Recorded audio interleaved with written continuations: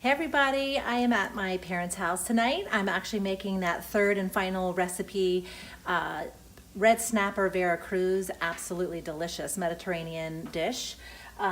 You can use red snapper, which is what I'm using tonight for them, but you can use and substitute any flaky white fish would be fine. I have used orange roughy or tilapia, any of the white flaky fish family. It has to be a fillet. Works best for that, but it's a great Mediterranean dish. So right now I have prepped, just wanted to show you these fillets. These are actually red snapper fillets that my dad ordered that are delicious, but they are also foodies and love to cook, so he always gets the best products. But you can, again, use anything. Go to Costco. You can certainly buy, I always get the orange roughy from Costco. It's economical, and the fillets are about the same size. So here are three. I'm going to use three tonight, but if you have smaller fillets, you could probably get away with four. And then right now I'm just sauteing my onion, half an onion, 3 garlic cloves, the capers I did rough chop and throw those right in, a tablespoon. And then I'm also going to add, as you know, the recipe, you'll see the recipe already in the group, calls for a tablespoon of the caper juice, which is a salty brine. It's delicious. Then once this cooks down a little bit, I'm going to add in the jalapenos, the olives, sliced olives, and the cherry tomatoes. Delicious. And then finish it all off with some lime juice and some more seasoning before I put it in the oven to bake. So I'll show you that in just a moment. These are the olives actually that are called in for, the recipe calls for, but you can use regular green olives. Whatever you have is fine. I love Kalamata, so I'm going to use both. And I will show you the final product in just a moment. Look at this work of art. Is it not delicious looking? Oh, if you could only smell it. It is so beautiful and vibrant. That's why I love Mediterranean cooking. I know, you know, it's a lot of that briny, the olives, fresh tomatoes. It's just a wonderful way to cook. But this here now is almost finished. You just start with your onions and garlic, as I did, in a little bit of olive oil. Saute that for 3 to 5 minutes. Then you add in your capers and your caper juice. Then you put in your jalapenos, and again, you can put in as many or as little or none if you prefer. I always season mine. I add pepper, salt, and I always have a few little other seasonings I add in. But of course, then you put in your olives. So these olives I showed you, I have a Kalamata in here. You can just do green sliced. This is actually what the recipe calls for. I think it's Castle Vetrano is the name of these olives, and they're delicious. Go ahead and put in, just follow the recipe as I've posted it, and then you cook this down, again, slow and low until the cherry tomatoes begin to collapse a little bit. You definitely don't want them mushy. You want them still to have some resistance, but you do want them to collapse just a little. So what you're going to do when this is done, I'm going to spoon some of this in.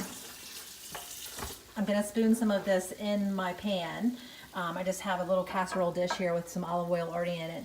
I'm going to spoon a little bit on the bottom, and then I'm going to just lay my fish right on top, just like this as it is in the plate.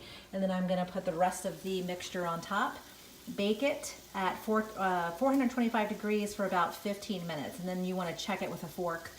Again, every oven varies. You want to check your temperature of your oven. You think it's 425. I recommend everybody invest in a laser temperature thermometer. It's definitely worth it, because you can just shoot the laser right into your oven and know exactly what your temperature is, because they do all vary, and sometimes they need to be calibrated. So just a little pro tip there, and checking your temperature, and I will show you. We'll finish this up in just a moment. Pro tip I was just talking about is the investing in a oven thermometer. This is an industrial infrared thermometer by ThermoWorks. You can check your refrigerator, your freezers, anything. The temperature of your house is just a laser thermometer, but it really helps if you think you're cooking at a certain temperature and it's, you know, 20 degrees less than what your oven is set for. It's going to make a big difference in all of your food. So I have invested in one, and I just open up the oven when you want to check the temperature. And this is it here. This is what it looks like. And you just shoot the infrared right back in there, and it'll tell you what the temperature of your oven. And so if it's not rising up, so this one's a little bit off, you can tell. It's been set at 425 for a while now, almost 450. And it's registering at about 420. But it's worth having. You can check your grill temperatures, all kinds of things with it. So very cool tool to have. I think it's like 30 bucks on Amazon. So this is ready to roll. I just put a little bit in the bottom of the dish, and then you go ahead and place your fish right in there. Simple, super easy. Here we go. And then I'm gonna spoon on all of the rest of this delicious, amazing mixture on top. Like that. Just enough to cover. I actually might throw, I think last time I've made this like 3 times now. And honestly, I think if you drizzle quite a bit more olive oil over this mixture, because it only calls, I think, for like 2 tablespoons to saute this all in. You want some of that juice that's gonna form when you cook it. And honestly, the second time I did it, I added more olive oil, and it was definitely much better. So once you have got this ready to roll, I would drizzle some more olive oil on top, put it in your oven, bake, and so delicious. I serve it with either brown rice or quinoa, but you can certainly, whatever you like on the side. Delicious, okay. Enjoy. Here's the finished product. This is red snapper VeraCruz. Again, you can use any white flaky fish. It is so good. And I'm doing it with a side of brown rice, and I sauteed in the same pan that I cooked the onions and the mixture for the VeraCruz.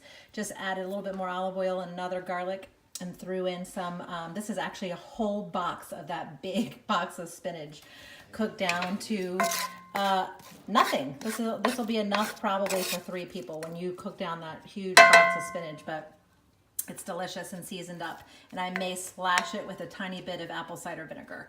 That is it. Enjoy.